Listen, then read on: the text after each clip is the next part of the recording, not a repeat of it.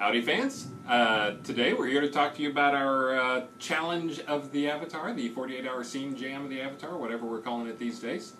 So this week we're going to have you recreate something that we drew during our Kickstarter campaign. Stephen Donnelly, our Pin of the Avatar concept artist, drew up some pictures of a field of stones around a portal called a lunar rift.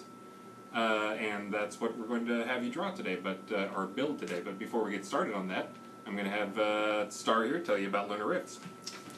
All right. Long ago, the lunar rifts were used to effortlessly travel around the world. And as their names might imply, they were controlled by the motions of the two moons that orbited around the planet. And they were considered to be almost holy ground, so villages and ornate temples sprung up around them.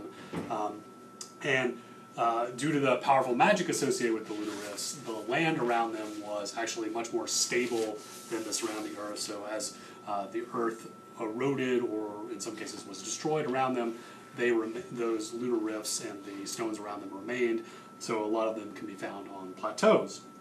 And at some point on the very edge of recorded history, there was a great cataclysm, which we can't discuss just yet, as it's very important. Richard says we can't discuss it, or we would.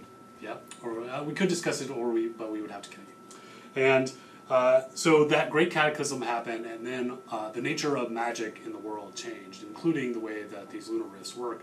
So they became, at best, erratic. So they no longer were these reliable means of travel, but at worst, they became these portals for dark things to enter the world. And those dark creatures that would come through the portals ended up destroying almost everything that was around a lot of these lunar rifts, including the villages or the temples. So there's a lot of ruins around most of them. And so your challenge this week is to create one of these lunar rifts on a plateau of some kind. Yeah, we would like you to create what we're kind of considering the standard one, which will be on a raised mound of earth or plateau. It doesn't have to be purely vertical stone walls, just because I know that's challenging to pull off in a terrain system. But as much as you can get it, think of, like a weather top. Yeah. So for inspiration, there are a couple of key things that we found. One was Weathertop, which was that hilltop that you may remember from Lord of the Rings. I can still feel the wind. Where they fought the Nazgul.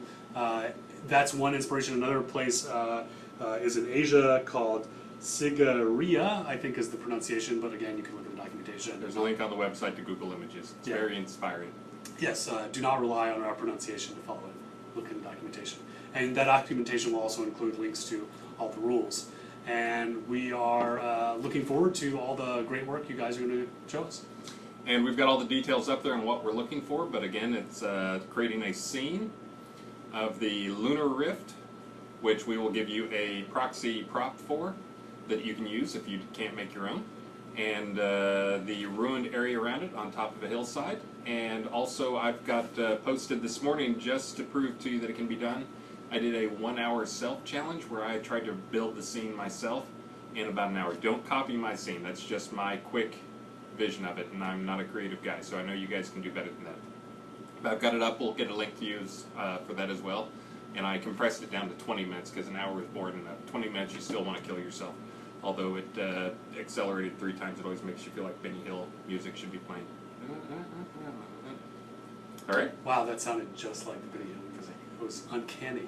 Yeah, I was thinking about remixing it so there's some audio in there.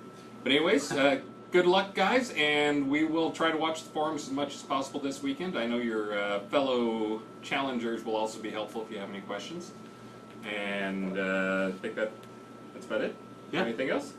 Nope. Alright, make sure and read the docs, and again, upload the Unity package file when you're done with it. If you want to also publish a web player version of it so you can show off to your friends and family, that's cool too, but we need the Unity package version. You can upload it through the link that's on the bottom of the page for the challenge. You can also, if it's too big for that, you can also upload through Dropbox or put it on FTP or use Google Drive or whatever you want to. As long as we can get at it, that's all that's important. And remember, if you're not able to participate in this challenge, there will be 3 more before we give out the grand prize. All right, guys. Good luck. Go get busy.